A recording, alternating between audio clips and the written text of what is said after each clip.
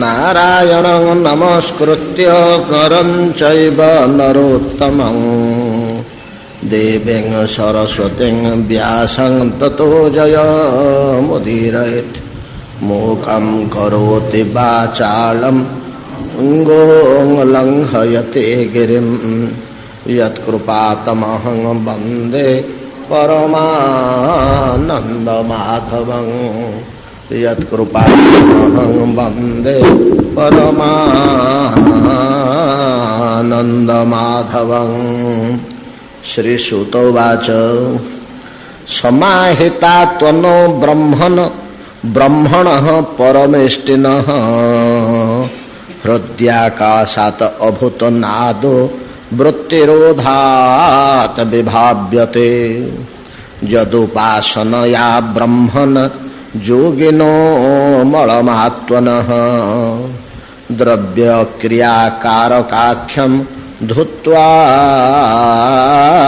जान्त्य पुनर्भवम्।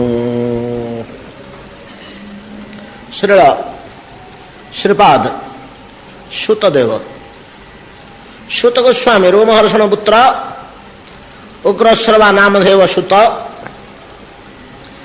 जे समग्र भागवत श्रवण करेले शौनकादि ऋषि मानक नैमिषारण नूतन प्रश्न शौनकादि मुनि मानकर वेद विभाग संबंध से सूतदेव गोस्वामी कहते भो ब्रह्मन् हे ब्राह्मण गण ब्रह्मविद गण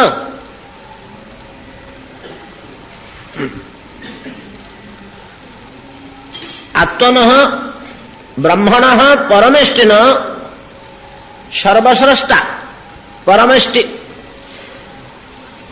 सर्वश्रेष्ठा ब्रह्मा समाहित चित्तरे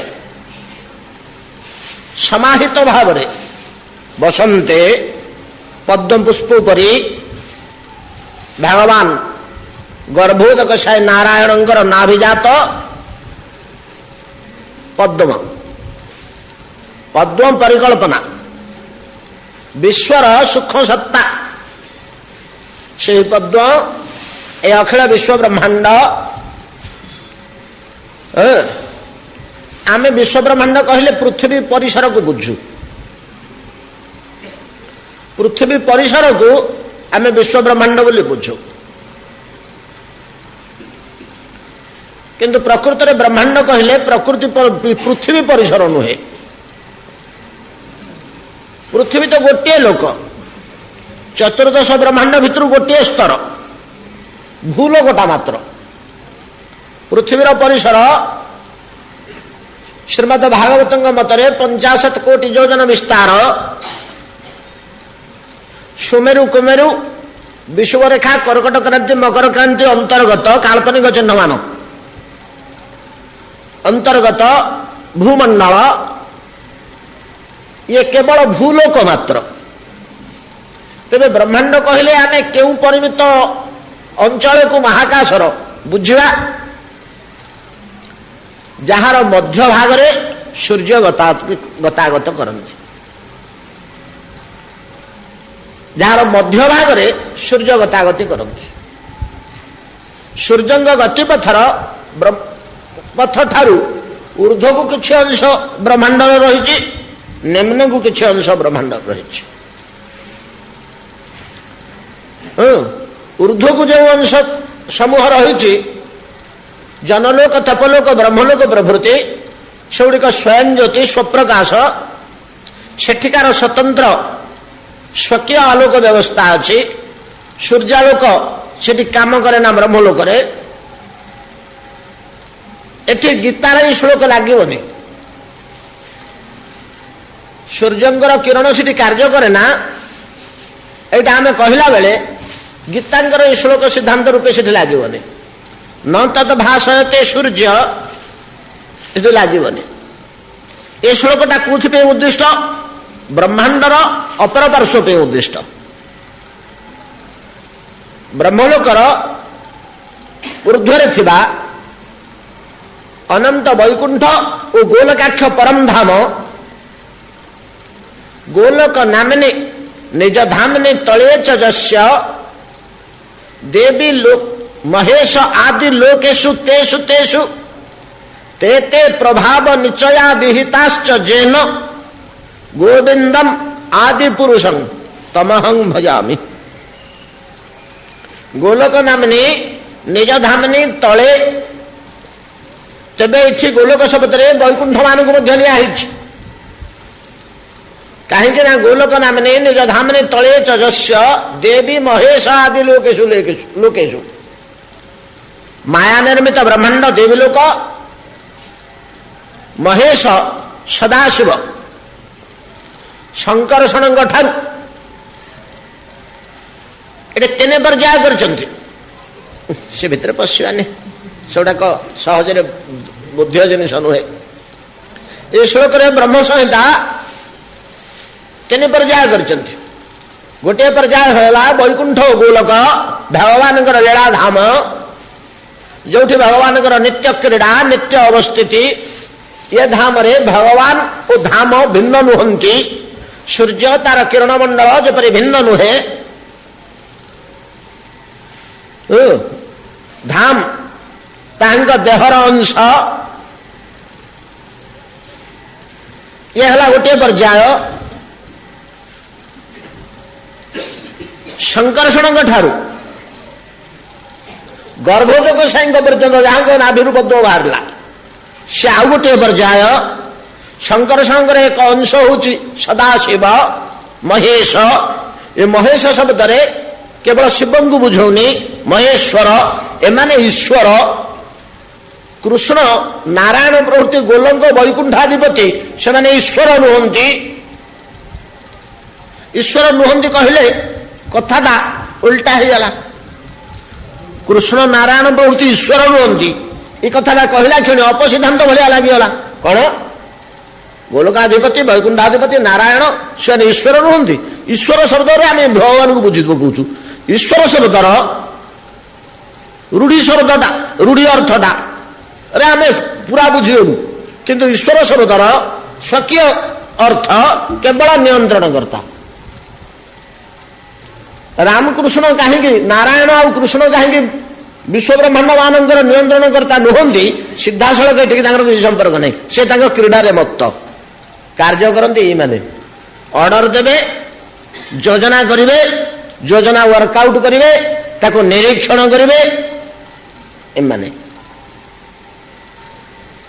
विश्व ब्रह्मांडर सृष्टि प्रकृतिर राज्य सहित एमानकर किसी संबंध ना चैतन्य चरितामृत बड़ सुंदर भाव में कहते केदार काका आम जो सुंदर बुझाती कथाटी पदे कहीदे पलांती मन रही गुड़ाक सब अपूर्व रत्न सिद्धांत सागर ये जो तीन नारायण कारणोदक साई गर्भोदक साई क्षीरोदक साई स्पष्ट भाव में चैतन्य चरितामृत कहले यद्यपि ता सबार अच्छे माया गंध तथापि ताहाते नाही मायार संबंध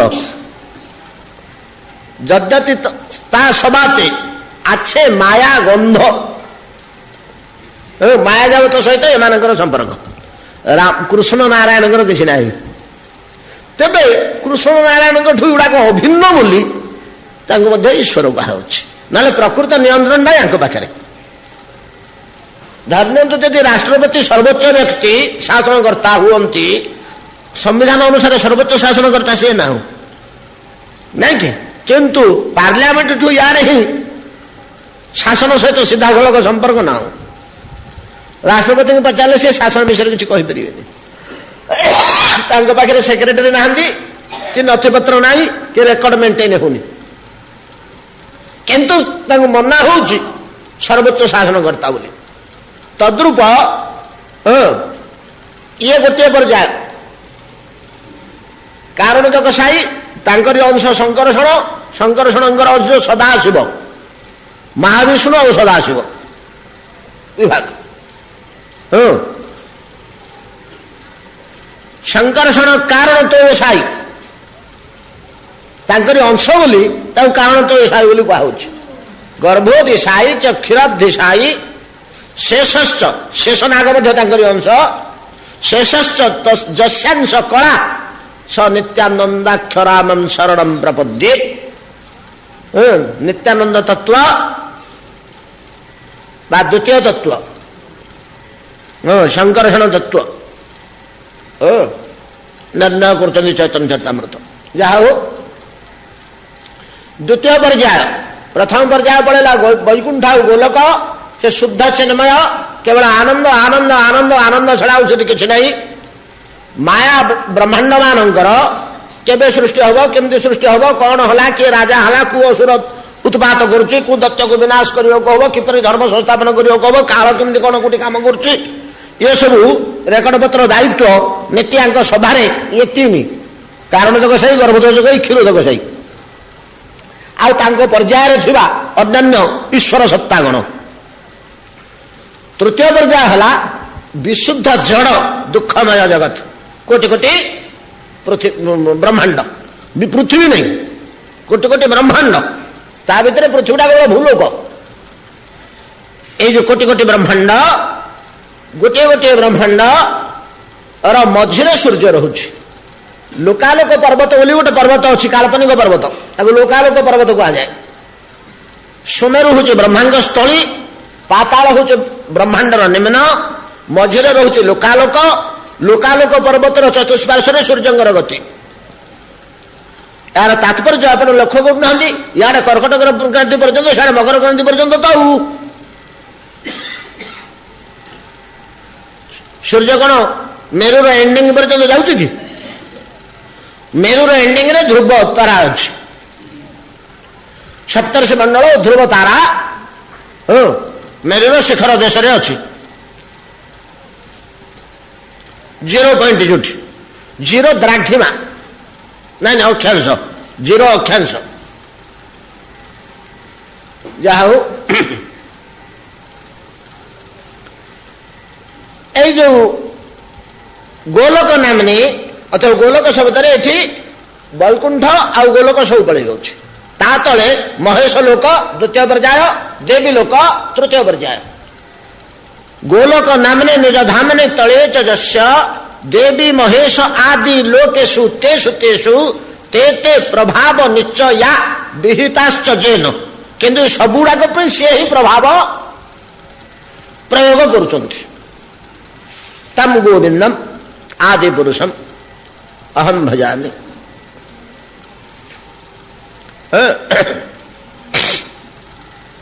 ताहले ब्रह्मांड कहले केते परिमाण ब्रह्मलोकठू आरंभ करी गोटे सूर्य वैज्ञानिक मान मतरे गैलेक्सी आकाश गंगा निहारिका मंडल गोटे निहारिका मंडल रे गोटे आकाश गंगा बा गैलेक्सी अच्छी गोटे गोटे गैलेक्सी रे कोटि कोटि सूर्य अच्छा गोटे सूर्य को नहीं गोटे ब्रह्मांड बोली कल्पना करते।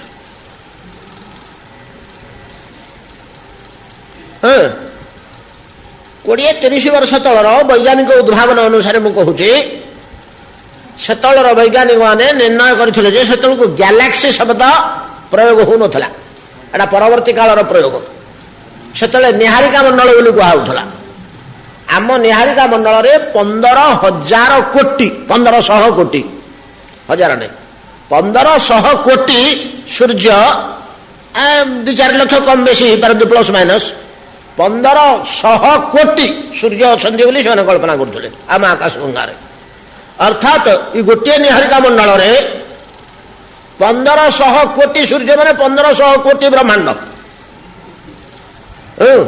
यहीटा गोटे वैकुंठर अंडर बोली धरतु जो अनंत वैकुंठरू नहीं कि गोटे वैकुंठ अधीन गोटे कारणोदक साई गोटे गर्भोदक साई मझे तो ट्रांसफर्मर भाया शक्ति केन्द्र गुड़ाक आ कौन मो पौराणिक भाव गर्भोदक साई कारणोदक साई बोली कहुच्छे आ कौन गोटे कारणोदक साईर अधीन केतक गर्भोदक साई प्रत्येक गर्भोदक साईर नाभिर तो गोटे ब्रह्मांड आ कौन एमती अनंत वैकुंठ गोलकर चतुष्पार्श्वरे ए समस्त ब्रह्मांड माला कोटि कोटि ब्रह्मांड जेते गर्भोदक साई अच्छा समस्ते गोटे गोटे ब्रह्मांड जात करने जात करते कार्य से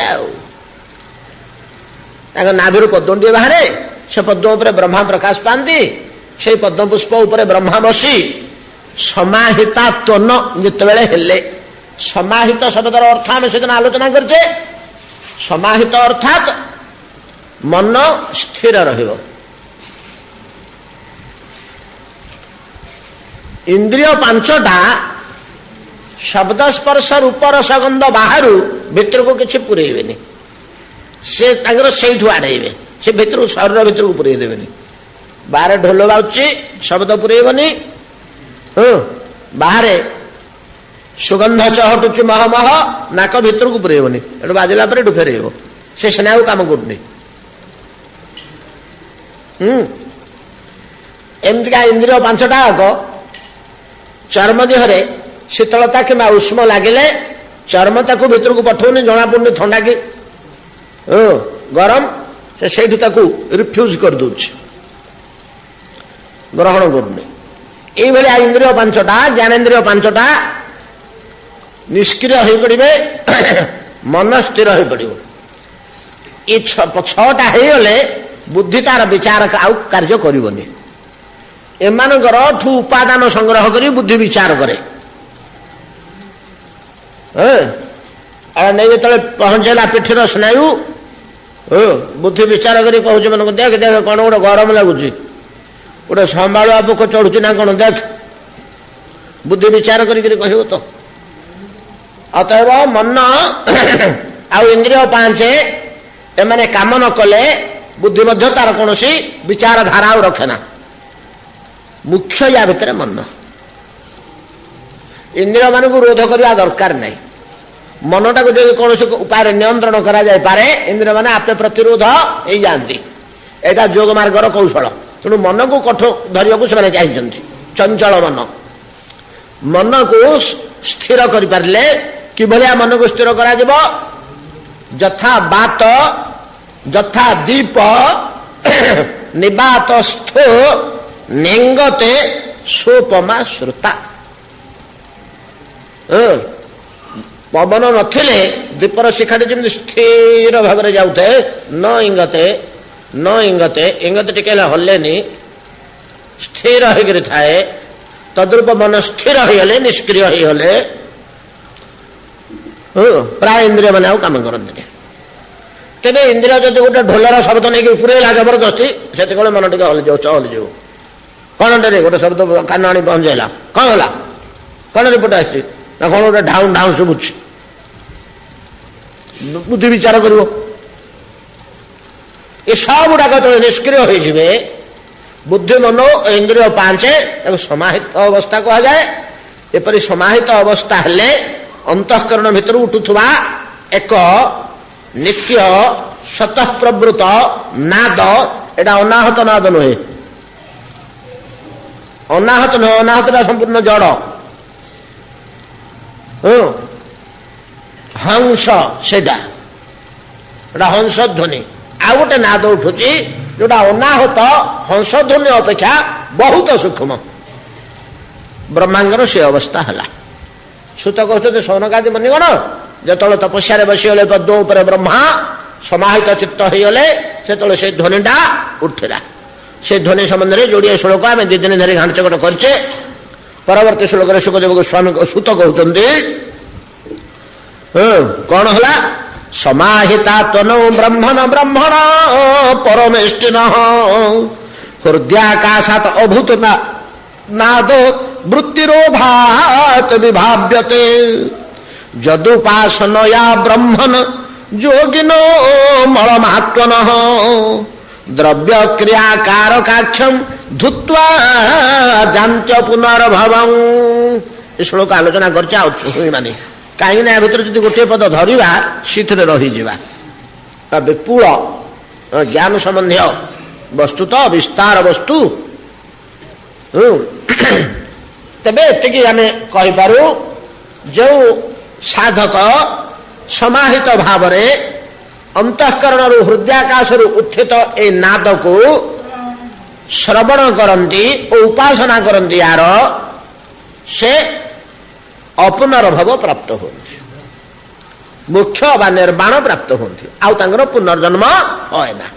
ଅତଏବ ଏ ନାଦର ଉପାସନା ବିଶେଷ ଫଳପ୍ରଦ, ଜୀବମାନଙ୍କ ନିମନ୍ତେ ବିଶେଷ ଫଳପ୍ରଦ। ହଉ, ଏ ନାଦ ତ ଶୁଣିବାକୁ ପାଇଲେ, କିଏ ସେ ବ୍ରହ୍ମା ନିଜ ହୃଦୟରୁ ଗୋଟେ ଏମିତି କଣ ଧ୍ୱନିଟେ ବାହାରୁଛି, ତ ବ୍ରହ୍ମା ପଦ୍ମ ଉପରେ ଘୋର ତପସ୍ୟାରେ ବସିଛନ୍ତି, ବାହ୍ୟ ସମ୍ବନ୍ଧ କିଛି ନାହିଁ, ବାହ୍ୟ ଚିନ୍ତନ ନାହିଁ, ବାହ୍ୟ ବୌଦ୍ଧିକ ବ୍ୟାପାର ନାହିଁ, ବାହ୍ୟ ଇନ୍ଦ୍ରିୟ ବୃତ୍ତି ନାହିଁ, ଏମିତିକା ଅବସ୍ଥାରେ ଅଛନ୍ତି। ଅନ୍ତର୍ମନା ଅବସ୍ଥାରେ ଅଛନ୍ତି। ଏ ଅବସ୍ଥାଟାକୁ ଅନ୍ତର୍ମନା ଅବସ୍ଥା କୁହାଯାଏ। ଗୋଟେ ଅନ୍ତର୍ମନା ବୋଲି ଗୋଟେ ଶବ୍ଦ ଆଧ୍ୟାତ୍ମିକ ଶାସ୍ତ୍ର ମାନଙ୍କରେ ବ୍ୟବହାର ହୁଏ। ବହି ମନ ଗୋଟେ, ଅନ୍ତର୍ମନ ଗୋଟେ।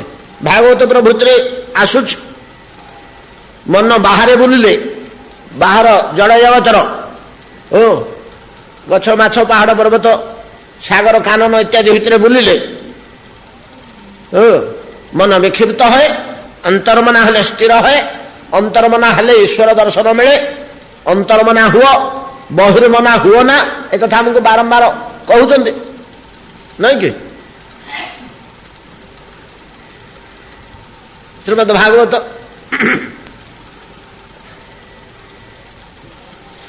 ଯସ୍ୟାସ୍ତି ଭଗତି ଭଗବତ୍ୟ କିଞ୍ଚନା ସର୍ବେ ଗୁଣାଃ ତତ୍ର ସମାସତେ ସୁରା ହରାବ ଭଗତସ୍ୟ କୁतो ମହତ ଗୁଣା ମନୋରଥେନା ସତ ଧାବତ ବହି।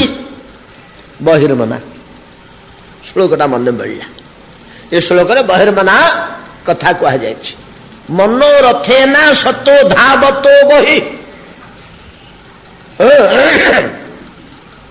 ଯାହା ପାଖରେ ଭକ୍ତି ନାହିଁ ତା ପାଖରେ ସଦ୍ଗୁଣ କୋଉଠୁ ଆସିବ? ଯାହା ପାଖରେ ହରିଭକ୍ତି ନାହିଁ ତା ପାଖରେ ଭଲ ଗୁଣ ଆପଣ ପାଇବେନି। ଯଦି କାହା ପାଖରେ କିଛି ଭଲ ଗୁଣ ପାଇଲେ ତାହେଲେ ବୁଝିବାକୁ হবে ଟିକେ ନାକୁ ହେଲେ ଭକ୍ତି ତାର ଅଛି, ନହେଲେ ଭଲ ଗୁଣ ମିଳନ୍ତାନି। ଏକଥା ଶ୍ରୀମଦ୍ ଭାଗବତ କହୁଛନ୍ତି। ଯସ୍ୟାସ୍ତି ଭଗତି ଭଗବତ୍ୟ କିଞ୍ଚନା ସର୍ବେ ଗୁଣାଃ ତତ୍ର ସମାସତେ ସୁରା ହରାବ ଭକ୍ତସ୍ୟ କତୋ ମହତ ଗୁଣ। ଯେ ହରିଭକ୍ତ ରୁହନ୍ତି ତାଙ୍କ ପାଖରେ ମହତ ଗୁଣ କୋଉଠୁ ଆସିବ? ଆଉ ତାଙ୍କ ପାଖରେ କଣ ଅଛି ତାହେଲେ ଯଦି ମହତ ଗୁଣ ନାହିଁ? ନା ମନୋରଥେ ନା ସତ, ଅସତ ମନୋରଥ ଦ୍ୱାରା ସଦା ବହି ଧାବତି। ମନୋରଥେ ନା ସତ ଧାବତ ବହି। ଅତଏବ ଅସତ ମନୋରଥ ବାନ ବ୍ୟକ୍ତି ବହିର୍ମନା, ତାର ମନ ବାହାରେ ବିଚରଣ କରେ। ଯେ ଈଶ୍ୱର ମନା ବ୍ୟକ୍ତି ଅନ୍ତର୍ମନା, ଅଭ୍ୟନ୍ତରକୁ ମନର ଗତିଟାକୁ କୁହାଯାଏ। ସେଇ ଧ୍ୱନି ଯେତେବେଳେ ଅନୁଭବ ହେଲା ଅନ୍ତଃକରଣ ଭିତରେ ବ୍ରହ୍ମାଙ୍କର, ସେ ଅନ୍ତର୍ମନା ହେଲେ। ଅର୍ଥାତ୍ ସେ ଯୋଉ ସ୍ଥିର ମନ ସେ ଲୟ ସ୍ଥାପିତ ହେଲା। କଣ ମୋର ଭିତରୁ ଗୋଟେ ଶବ୍ଦ ବାହାରୁଛି, କଣ ମୋର ଭିତରୁ ଗୋଟେ ଶବ୍ଦ ବାହାରୁଛି। ଆପଣ ମାନଙ୍କର ସେମିତି କେବେ ହଉନି? ହଉଛି। କହିବି, କୋଉଦିନ ଯଦି କାହାର ବାହାଘର ବ୍ରତଘର ଭୋଜି ଏଟେଣ୍ଡ କରିଛନ୍ତି, ଆଉ କ୍ଷୀର ସାଗର କି କ୍ଷୀରା ଟିକେ ଅଧିକା ଖିଆ ହେଇଯାଇଛି, ରାତି ଠିକ 2ଟା ପରେ ଯେତେବେଳେ ପେଟ ଘଣ ଘଣ ଘୁଁ ଘୁଁ ଆବାଜ କରୁଛି, ସେତେବେଳେ ଆପଣ ଅନ୍ତର କଣ ଏମିତି ପେଟଟା ଖାଲି ସମୁଦ୍ର ଗର୍ଜନ ଭଳିଆ ହଉଛି, ଉଠିକିରି ପାଣି ଗିଲାସ ପିଉଛନ୍ତି, ପେଟ ଭିତରୁ ନାଦ ବାହାରୁନି। କ୍ଷୀରା କ୍ଷୀର ସାଗର ଖାଇକିରି ପେଟ ଘୁଁ ଘୁଁ ଆବାଜ କଲେ ଯେମିତିକା ଅନ୍ତର୍ମନା ହେଇ ଆମେ ଶୁଣୁଛେ, କଣ ଏମିତି ଶବ୍ଦ ବାହାରୁଛି, ସେମିତି ବ୍ରହ୍ମା ଶୁଣିଲେ। ଅନ୍ତର୍ମନା ହେଇ ସ୍ୱ ଶରୀର ଭିତରୁ ଉତ୍ଥିତ ନାଦକୁ ଶୁଣିଲେ।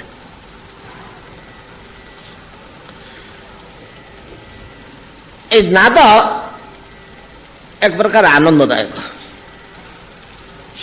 এক প্রকার আনন্দদায়ক। পেটর ঘুঁ ঘুঁ নাদ ভଳିଆ आतंक दुखदायक नुह दीथर जदि घू घू होगला पेट आमर मनरे भय पड़िया से काले डायरिया हो कि कहीं एते खाइली तृतीय थर आ न मागी होता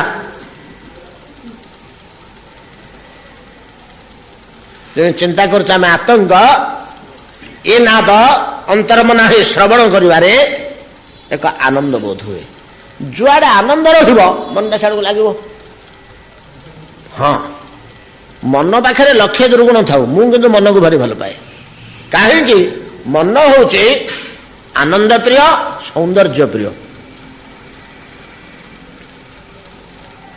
से एपरी सौंदर्य मुग्ध हो जाए गोटे सौंदर्य देखिले गुणर सुंदर रूपर सुंदर अन्य कौन सुंदर देखिले मन एमती लगे सब सौंदर्य गंताघर भगवान सब सौंदर्य गंताघर भगवान तेणु सहजरे मन भगवान को पाखे लगे आम सीना कहे अभ्यास बस तो माया जगत बुलूँ बोली आम आज पर्यंत भगवान रूप गुण विषय जाने बोली जदि मन थरे जानीज छाड़िक आसबनी मन बड़ आनंद प्रिय जिते टे आनंद लाभ है जो आनंद पाइब से छाड़ दौड़ जिते अंतःकरण नाद श्रवण रे आनंद टिके जात हला तृप्ति और संतोष आसला ब्रह्मा ताको कानेले ए कान रे हुए आम कानेले बोली कहू बाध्य होचे किंतु ए कान से काम करूनी से लय कह जाए लय स्थापन कले कौन भितर एमती शब्दटे बाहर बेलू बेल अधिक आनंद बोध हो बेलू बेल अधिक आनंद बोध हो धीरे धीरे धीरे धीरे से लय जो डीप होगला सघन होगला एक प्रकार ध्वनि सहित मन स्थिर मन ध्वनि सहित ऐसे मध्य गोटे ध्वनि आ मन अस्थिर होवार किसी कारण नहीं एकाकार हो गले ध्वनि सहित मन जो एकाकार एक रूप हो गले से बेले कौन हला ततोभूत स्त्रीव्रत ओंकार जो व्यक्त प्रभव स्वराट जत्तत लिंगं भगवत ब्रह्मण परमात्मन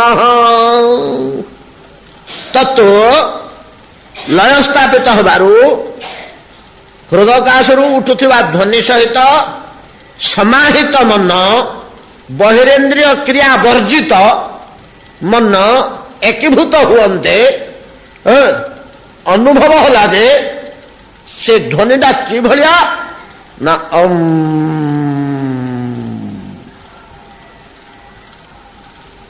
ए भलिया ध्वनिटा अनुभव होला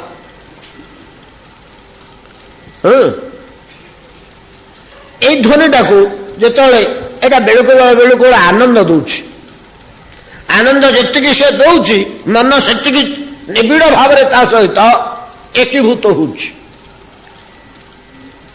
दीर्घ समय या पर लय स्थापन करते ब्रह्मा अनुभव कले अत्यंतर मना हो गले धीरे धीरे सप्ताह अनुभव होला अरे ये ध्वनिटा रे तीनटा ध्वनि एकाठी मिसिकी बाहर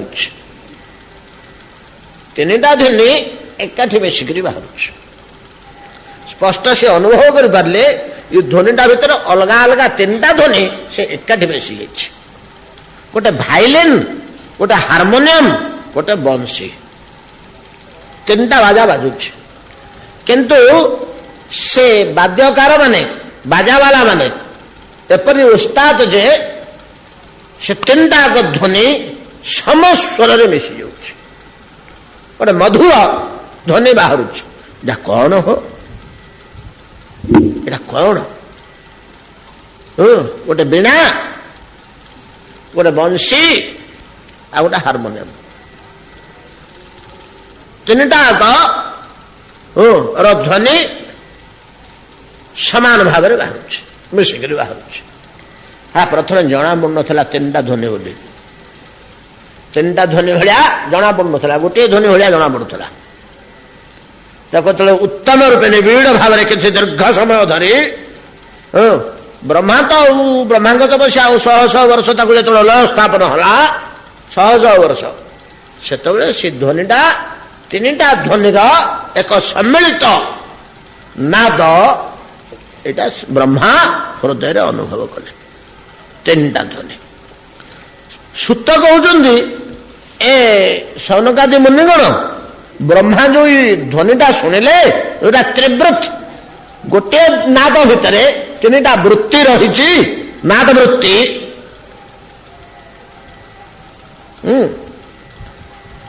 ତିନିଟା ବୃତ୍ତି ରହିଛି କିନ୍ତୁ ସେ ମିଶିକିରି ଗୋଟିଏ ହେଇଯାଇଛି। ଯେମିତି ଆମର ଦୌଡ଼ି ଝୋଟର ଦୌଡ଼ି କତାର ଦୌଡ଼ି ତିଆରି ହେଇଛି ତିନି ଗୁଣ ନାଇଁ କି ଏଟା ତିନିଟା ଦୌଡ଼ି ନାଉ ସେ ତିନିଟା ଗୁଡା ହେଇକିରି ଗୋଟିଏ ଦୌଡ଼ି ହେଇଛି କିନ୍ତୁ ଯଦି ଆମେ ଫିଟେଇ ଦେବା ତା ଭିତରେ ତିନିଟା ଅଲଗା ଅଲଗା ସେ ପୁରା ବାହାରିଯିବ ଖୋଲିଦେଲେ ସେଇଭଳିଆ ତ୍ରିବୃତ ସେ ଦୌଡ଼ିଟାକୁ ଆମେ ତ୍ରିବୃତ କହିପାରିବା। ସେମିତି ଧ୍ୱନିଟା ଭିତରେ ତିନିଟା ଭିନ୍ନ ଭିନ୍ନ ନାଦ ଏକତ୍ର ମିଶି ଗୋଟିଏ ନାଦ ଭଳିଆ ଅନୁଭବ ହଉଛି ତତ୍ଵ ଅଭୂତ ତ୍ରିବୃତ। ଏ ସୌନକାଦି ମୁନିଗଣ ସେଇ ତ୍ରିବୃତ ବୋଇଲେ ଆଉ କଣ ମ ହେଟା ତ ଓଙ୍କାର ଧ୍ୱନିଟା ସ୍ପଷ୍ଟ ହେଇଗଲା। ଆଉ ପ୍ରଥମେ ଓଙ୍କାରଟା ସ୍ପଷ୍ଟ ହଉନଥିଲା ଧ୍ୱନିଟା ସ୍ପଷ୍ଟ ହଉନଥିଲା ଯେତେବେଳେ ସ୍ପଷ୍ଟ ହେଲା ସେ ତ୍ରିବୃତ୍ତଟା ଜଣା ପଡିଗଲା ଆଉ ତିନିଟା ବୃତ୍ତି ଅଲଗା ଅଲଗା। ଆଉ ଏଇ ଯୋଉ ଧ୍ୱନିଟା এই ধ্বনিটা কোন জানো সৌনকাদি মুনিগণ? শুনো শুনো, এই ধ্বনিটা স্বরাট। ସ୍ୱରାଟ ଶବ୍ଦର ଅର୍ଥ, ସ୍ୱରାଟ କାହାକୁ କୁହାଯାଏ? ନିରଙ୍କୁଶ, ସ୍ୱପ୍ରକାଶ, କୌଣସି ପ୍ରକାର ନିୟନ୍ତ୍ରଣ ଓ ପରାଧୀନତାରୁ ମୁକ୍ତ, ସ୍ୱୟଂ ଶକ୍ତି ସମ୍ପନ୍ନ, ସ୍ୱୟଂ ସୃଷ୍ଟ, ସ୍ୱୟଂ ଚାଳିତ, କାହାରି ଆବଶ୍ୟକତା ନାହିଁ ଆଉ ସହାୟତା କି ପରାମର୍ଶ କିଛି ଦରକାର ନାହିଁ, ଯେ ନିଜେ ନିଜେ ସ୍ୱତନ୍ତ୍ର, ପରମ ସ୍ୱତନ୍ତ୍ର, ତାକୁ ସ୍ୱରାଟ କୁହାଯାଏ। ଇଏ ଧ୍ୱନିଟା ସ୍ୱରାଟ। ଆଉ ବାକି ଆମେ ଯେତେ ଧ୍ୱନି ଦେଖୁଛୁ ଏମାନେ କେହି ସ୍ୱରାଟ ନୁହେଁ। କେମିତି ସ୍ୱରାଟ ନୁହନ୍ତି? ସ୍ୱତନ୍ତ୍ର ନୁହନ୍ତି? ନା ନା, ଆମେ ଗୋଟିଏ ମୃଦଙ୍ଗର ଧ୍ୱନି ଶୁଣୁଛୁ ଦୂରରେ ବସିକରି, ଆମକୁ ଶୁଭୁଛି ଏଇକ୍ଷଣି, ଏଟା ସ୍ୱରାଟ ନୁହେଁ। ସେ ଯିଏ ବଜାଉଛି ତା ଉପରେ ନିର୍ଭର କରୁଛି ଧ୍ୱନିଟା। ତାର ପିଠିକି ଯଦି ମଶାଟା କାମୁଡ଼ି ଦବ, ସେ ବୋଲିକରି ସେ ଅଟକେଇ ଦବ ହାତ, ଆଉ ଧ୍ୱନି ବାହାରିବନି। ମାଇକ ଭିତରେ ଦେଇ ବାହାରୁଛି, ଯଦି ଲାଇନ ଟିକେ ଫେଲ ହେଇଯିବ କି ପ୍ଲଗ ଢିଲା ହେଇଯିବ, ଆଉ ସେ ଶବ୍ଦ ବାହାରିବନି। କାହିଁକିନା ସେ ସ୍ୱରାଟ ନୁହେଁ, ନିର୍ଭର କରୁଛି ଅନ୍ୟ ଉପରେ, ବାଦକ ଉପରେ, ଯନ୍ତ୍ର ଉପରେ, ନାଇଁ କି? ମୃଦଙ୍ଗରୁ ଯେଉଁ ଧ୍ୱନି ବାହାରୁଛି, ମୃଦଙ୍ଗଟା ଯଦି ଫାଟିଗଲା, ଆଉ ଜଣେ ଯିଏ ନେଇଗଲା, ତାର ଗୋଟେ ଫିତା ଛିଡ଼ିଗଲା, ଆଉ ଧ୍ୱନି ବାହାରିବନି। କାହିଁକିନା ସେ ସ୍ୱରାଟ ନୁହେଁ, ସେ ନିର୍ଭର କରୁଛି ଖୋଳ ଉପରେ, ମୃଦଙ୍ଗ ଉପରେ, ବାଦକ ଉପରେ, ଯନ୍ତ୍ର ଉପରେ ନିର୍ଭର କରୁଛି। ସେ ଧ୍ୱନିଟା ସ୍ୱରାଟ ନୁହେଁ। ଯୋଉ ଧ୍ୱନିଟା କୋଉଠୁ ବାହାରୁଛି ବୋଲି କିଛି କହିବାକୁ ନାହିଁ, ସ୍ୱତଃ ବାହାରୁଛି, ତାର କାରଣ କିଏ ନାହିଁ, ସେ ଧ୍ୱନିର କାରଣ କେହି ନାହିଁ, ସେଟା ହଉଛି ସ୍ୱରାଟ, ସ୍ୱତନ୍ତ୍ର ଧ୍ୱନି। ଆଉ ତାର ତ କାରଣ କିଛି ନାହିଁ, ସେଟା ବନ୍ଦ ହବାର ପ୍ରଶ୍ନ ନାହିଁ। ଆଉ କାରଣଟା ନଷ୍ଟ ହେଲେ ଧ୍ୱନିଟା ବନ୍ଦ ହେଇଯାନ୍ତା, ତାର ତ କାରଣ କିଛି ନାହିଁ। ଆଉ ସ୍ୱରାଟ ପରମ ସ୍ୱତନ୍ତ୍ର ଧ୍ୱନି, ସ୍ୱୟଂ ସୃଷ୍ଟ, ସ୍ୱପ୍ରକାଶ। ଏ ସ୍ୱପ୍ରକାଶ ପ୍ରଭୃତି ଶବ୍ଦ ଗୁଡାକ, ସ୍ୱପ୍ରକାଶ ଶବ୍ଦଟା ହିଁ ତାର ଆପ୍ରୋପ୍ରିଏଟ ୱାର୍ଡ। କିନ୍ତୁ ଏଗୁଡାକ ତ ଦାର୍ଶନିକ ଶବ୍ଦ, ୟା ଉପରେ ଗୋଟେ ଧାରଣା ଭଲ ରୂପେ ସୃଷ୍ଟି ନହେଲା ପର୍ଯ୍ୟନ୍ତ ସମସ୍ତେ ବୁଝିପାରିବେନି। କେତେ ଜଣ ବୁଝିଯିବେ? କାହିଁକିନା ଆମର ସବୁବେଳେ ଘାଣ୍ଟଚକଟ ହଉଛି ତ ଏଗୁଡାକ। ଏଇ ଯୋଉ ଧ୍ୱନି ବ୍ରହ୍ମା ଶ୍ରବଣ କଲେ ସର୍ବଜୀବଙ୍କ ହୃଦୟରେ ଉଦ୍ଗତ ହଉଛି। ବ୍ରହ୍ମାଙ୍କୁ ଉପଲକ୍ଷ ଦିଆହେଇଛି। ବ୍ରହ୍ମାଙ୍କ ହୃଦୟାକାଶରୁ ଯେଉଁ ଧ୍ୱନି ଉତ୍ପନ୍ନ ହଉଛି, समाहित चित्तरे बसिक जोटा शुणिले ब्रह्मा गभीर भाव लय विनियुक्त हवा पर ताहा त्रिवृत बोली जना पड़ा। त्रिवृत होला परे सेटा ओंकार बोली जना पड़ा। ओंकार ओम इतिकार तो ओंकार ध्वनिटा होची स्वराट स्वप्रकाश ताकू किए जात करूनी जमी मृदंग शब्द को जात करुच्ची ढोल शब्द को जात करुच्ची हारमोनियम शब्द को जात करुच्ची ये ओठ पाटी दांत जीभ ये शब्द को जात करुचंदी। कौन सी जंत्रपाति बा स्वर जंत्र एमाने जमी जात करुचंदी हाडा को किए जात करूनी से स्वतः जात होची स्वप्रकाश ततो अभूत त्रिवृत ओंकारो जो व्यक्त प्रभव स्वराट। तेबे स्वराट शब्दर पूर्व आउ गोटे देते अव्यक्त प्रभव हाँ अव्यक्त रु जात होची कौटू जात होनी बोली आम कहते अव्यक्त रु जात होची कहते प्रथम रु तापर स्वराट कहते हेले दीटा शब्द जो देले गोटे अव्यक्त प्रभाव गोटे स्वराट। अव्यक्त बोली कौन सी वस्तु अच्छी कि जे आम कारण बोली धरवा अव्यक्त बोले तो कौन सी वस्तु नहीं कौन सी एक शक्ति विशेष व्यक्त होला परे सिना कि अव्यक्त तो आप धरी पार कौ जिनिसटा अव्यक्तात् व्यक्तयः सर्वे प्रभवन्ति हरागमे रात्र्यागमे तु लीयन्ते तत्र अव्यक्त सज्ञ के ये विश्व ब्रह्मांडटा सृष्टि काल रे अव्यक्त रु उत्पन्न हुए बोले शून्य धरतु तेरे कौन गोटे शक्ति एनर्जी अव्यक्त कहले शक्ति रू बोली धरतु कौन सी शक्ति रु तार रूप नहीं तार चिन्ह नहीं ताको धरी हबनी कुबटे अप्रमेय ताको प्रमाणित करी हबनी अव्यक्त बोली कौन सी शक्ति व सत्ता ताको अव्यक्त बोली ना दिया कि अव्यक्त विषय आप जानते शुणी धरी होनी हठात मन पड़ुनी त्रिगुणात्मिका मायार पूर्वावस्था जोटा भगवान देहरे थिला बेले जो अवस्था माया जो भगवान देहरे प्रविष्ट होता से तार कौन स्वतंत्र चिन्ह थिला कि लक्षण थिला कि भगवान भीतर चिन्ह होता कि अव्यक्त अव्यक्ता व्यक्त सर्वे जो परिदृश्य होला पंचेन्द्रिय द्वारा जनागला से सुख हो कि स्थूल हो से व्यक्त अव्यक्त रु सबकि व्यक्त होती प्रलय काल में ये व्यक्त पदार्थ गुड़ाक पुणी आउ थे अव्यक्त भितर प्रवेश करा व्यक्त यार विपरीत कौन गोटे सत्ता को अव्यक्त बोली कहुची कौन ये फल जो गचर ओहलुची एगुड़ाक अव्यक्त अवस्था गछ भितर थिला मो एबे व्यक्त हो जाइए गोटे आंब गचरे 2 ट्रक आंब फड़ी बड़ गछटे जोड़े इति आंब एटा कौटी सुड़ा गदा होता से गछ भितर से गछ भितर अव्यक्त अवस्था अव्यक्त अवस्था बर्तमान व्यक्त ना कौट बाहर आसिक खंजा हो बजार किणी नहीं जोड़ा होती से गछ भितर बाहर ना सेटा कहू आ गछ भितर तो बाहर कौटी गछ भितर केते खोजुचु कहीं पाई नथिलु कार्तिक मासरे आम आंबटे दरकार होला जे हबिष करू बोली केते खोजलु मिललानी से गछ आग खोजु खोजु पळेलु आ फाल्गुन मास को भर्ती गेलानी अव्यक्त पुणी अव्यक्त को धारणा करंतु महाभूतान्यहंकारो बुद्धिर अव्यक्तमेव च इंद्रियाणि दशैकंच पंचचेन्द्रिय गोचरा नहीं कि इच्छा द्वेष सुखम दुखम संघात चेतना धृति एक क्षेत्र समासेन सविकारम उदाहृतम इतर अव्यक्त गोटे पदार्थ अच्छे महाभूतानि अहंकारो बुद्धि ही अव्यक्तम एवं अव्यक्त प्रभाव अर्थात शून्य प्रभाव ଏତିକି ଧରନ୍ତୁ, ଆମର ଏତେ ବାଟ ବୁଲିବା ଦରକାର ନାହିଁ। ଯେତିକି ଭିତରକୁ ପଶିବା ଗୁଡ଼ା ସେତିକି ଜଟିଳ ହବ। ପୂର୍ବରୁ ଶାସ୍ତ୍ର ଜ୍ଞାନ ଥିବା ଦରକାର ନା।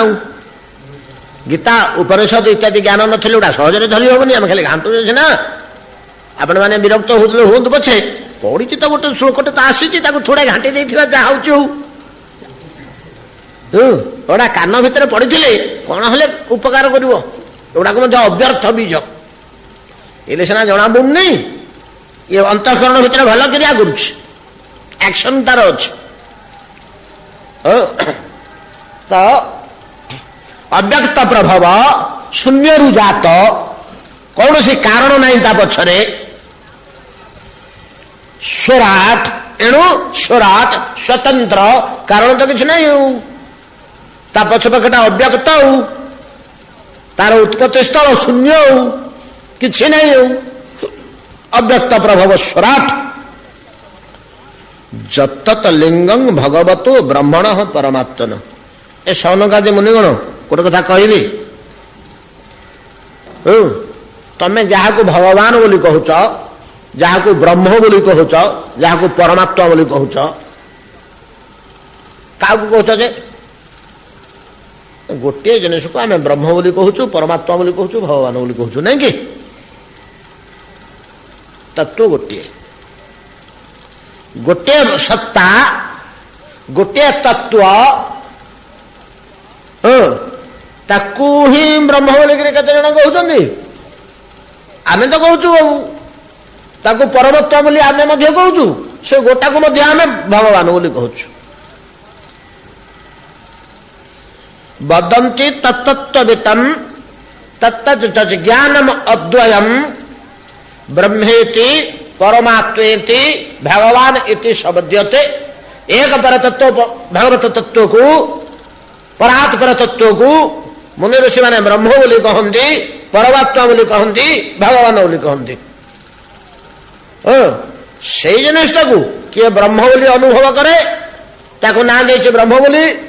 ତାର ଅନୁଭବଟା ଗୋଟେ ପ୍ରକାର। ଯିଏ ପରମାତ୍ମା ବୋଲି କହିଲା, ତାର ଅନୁଭବଟା ସେଇ ପଦାର୍ଥକୁ ଆଉ ଗୋଟେ ପ୍ରକାର। ତାର ଅନୁଭବଟା ସେ ପରମାତ୍ମା ବୋଲି ନାଁ ଦେଲା, ଯିଏ ତାକୁ ଭଗବାନ ବୋଲି ନାଁ ଦେଇଛି, ଭଗବାନ ବୋଲି ଡାକୁଛି, ତାର ଅନୁଭବଟା ଆଉ ଗୋଟେ ପ୍ରକାର। ବସ୍ତୁ ଗୋଟେ। ସେ ବସ୍ତୁଟାକୁ କିଏ କି ରୂପରେ ଅନୁଭବ କରେ? କିଏ ତାକୁ ଇତି ବ୍ରହ୍ମ ବୋଲି ଅନୁଭବ କରେ, କିଏ ତାକୁ ଇତି ପରମାତ୍ମା ବୋଲି ଅନୁଭବ କରେ, କିଏ ତାକୁ ଇତି ଭଗବାନ ବୋଲି ଅନୁଭବ କରେ। ବ୍ରହ୍ମ ବୋଲି କିଏ ଅନୁଭବ କରେ? ଯିଏ ସେ ବସ୍ତୁଟାକୁ ଅନୁଭବ କରେ ଯେ ପରମ ବ୍ୟାପକ, ଯୁଆଡେ ଦେଖିଲେ ଭର୍ତ୍ତି ହେଇକିରି ଅଛି, ସ୍ତମ୍ଭ ବାହାରେ ଭିତରେ ସର୍ବତ୍ର, ଶରୀରର ବାହାରେ ଭିତରେ ସର୍ବତ୍ର, ଅନ୍ତର୍ବହିଶ୍ଚ ଭୂତାନାମ୍ ଅଚରମ୍ ଚରମେବ ଚ ସୂକ୍ଷ୍ମତ୍ୱାତ୍ ତତ୍ ଅବିଜ୍ଞେୟମ୍। ଏତେ ସୂକ୍ଷ୍ମ ଯେ ତାକୁ ଧରି ହଉନି, ଅବିଜ୍ଞେୟ ହେଇକି ଚତୁର୍ଦିଗରେ ବିସ୍ତାରିତ ହେଇକି ରହିଛି। এইটা যে অনুভব করে পারলা সে কলা ব্যাপক বৃহৎ ব্রহ্ম নাই কি। ଆଉ ଜଣେ କହିଲା ଆରେ ସେ ବ୍ୟାପକ ବ୍ରହ୍ମ ବୋଲି ତୁ ତୁ କହୁଛୁ, ମୁଁ ଦେଖିଲି ସେ ତ ବ୍ୟାପକ ବ୍ରହ୍ମ, ତା ବାଦ ଆଉ ଗୋଟେ ମୁଁ ଅନୁଭବ କଲି। କଣ ନା ସମସ୍ତଙ୍କ ଅନ୍ତଃକରଣ ଭିତରେ ଆତ୍ମା ରୂପେ ସେଇଟା ହିଁ ରହିଛି। ବ୍ୟାପକତା ହେଇଛି, ବ୍ୟାପକତା ହେଇଛି, ଆତ୍ମା ରୂପେ ସେଇଟା ହିଁ ରହିଛି। ସମସ୍ତଙ୍କର ଆତ୍ମା ହୋଇଥିବାରୁ ମୁଁ ତା ନାଁ ଦେଇଛି ପରମାତ୍ମା। ଆଉ ଜଣେ କହିଲା ହଁ ହଁ ସତ କଥା କହୁଛ, ତମେ ଦି ଜଣ ଆଗ ସତ କହୁଛ, ମୁଁ ତ ଏଇଟା ଅନୁଭବ କରୁଛି। ଆଉ ନା ତୁ କଣ ଅନୁଭବ କରୁଛୁ? ଦିଟା ଆଗ ଅନୁଭବ କରୁଛୁ? ନାଇଁ, ଦିଟା ବାଦେ ଆହୁରି ଗୋଟେ ଜିନିଷ ଅନୁଭବ କରୁଛି। ତୁ ଆଉ କଣ ଅନୁଭବ କଲୁ ରେ? ନା ବ୍ୟାପକ ହେଇକିରି ତ ରହିଛି, ଅନ୍ତରେ ବାହାରେ ସର୍ବତ୍ର। ତା ବାଦ ପ୍ରତ୍ୟେକ ଜୀବ ଭିତରେ ଆତ୍ମା ରୂପେ ତାକୁ ଅନୁଭବ କରି ହଉଛି। ବ୍ୟାପକ ଅବସ୍ଥାଟା କିଛି ଅନୁଭବ କରି ହଉନି।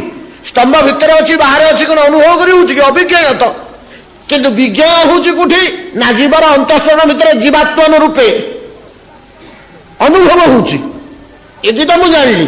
ତା ବାଦ ମୁଁ ଜାଣିଛି तार इच्छा ही सबू पानी पवन गछ फल मूल जीव जगत हल चल सबू किछि चलो से तो भगवान षड़ैश्वर्यशाली जे ब्रह्म बोली कहे से गोटे गुण अनुभव करछि जे परमात्मा बोली कहे से ब्रह्म परमात्मा दुईटा को अनुभव करछि जे भगवान बोली कहे से ब्रह्म परमात्मा भगवान तीनटा को सत्ता को अनुभव करछि कौन बुझल कि सौनकादि मुनिगण ना हाँ सत बुझिलु एटा किए ना परात्पर परमेश्वर पूर्ण ब्रह्म सनातन न तारी चिन्ह होची ध्वनिटा जो हृदय कसरु बाहर जत्तत लिंगम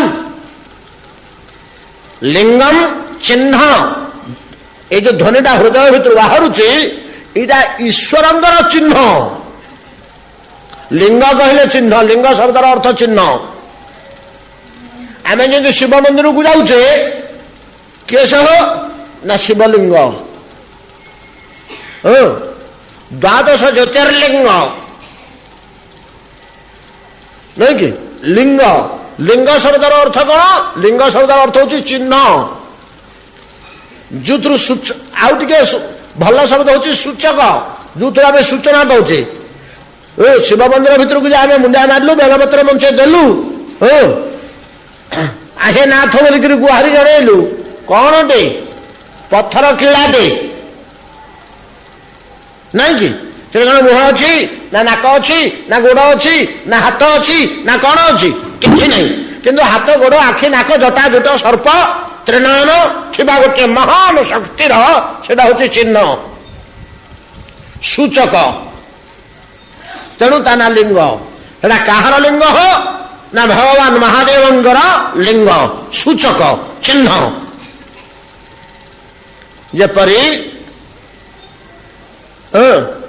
जत्तत लिंगम भगवतः ब्रह्मणः परमात्मनः भगवान ब्रह्म परमात्मा भगवान शब्द त्रय जो परम पुरुष को निर्देश करा जाए एटा तांकरी लिंग चिन्ह जमी आम से पत्थर किला उपरे फूल चंदन तुलसी दे नड़िया बाड़े भोग लगेदेलु आम भाविलु हाँ महादेव पाइले सेमती ध्वनिटा को धरले भगवान को पाइब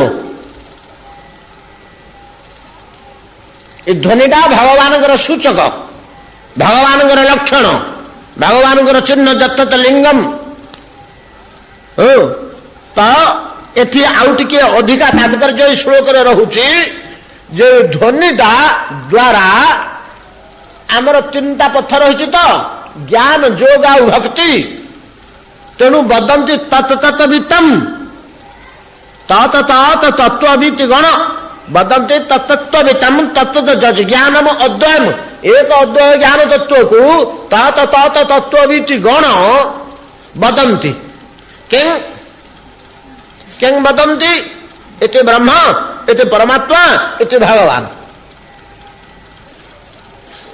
सही तत्वविद गण कौ तत्वविद गण ज्ञान तत्वविद गण ब्रह्म वदंती जोग तत्वविद गण परमात्मा विदंती भक्ति तत्वविद गण भगवत वदंती किंतु ए ध्वनिटा को धरले तीनटा को अनुभव हम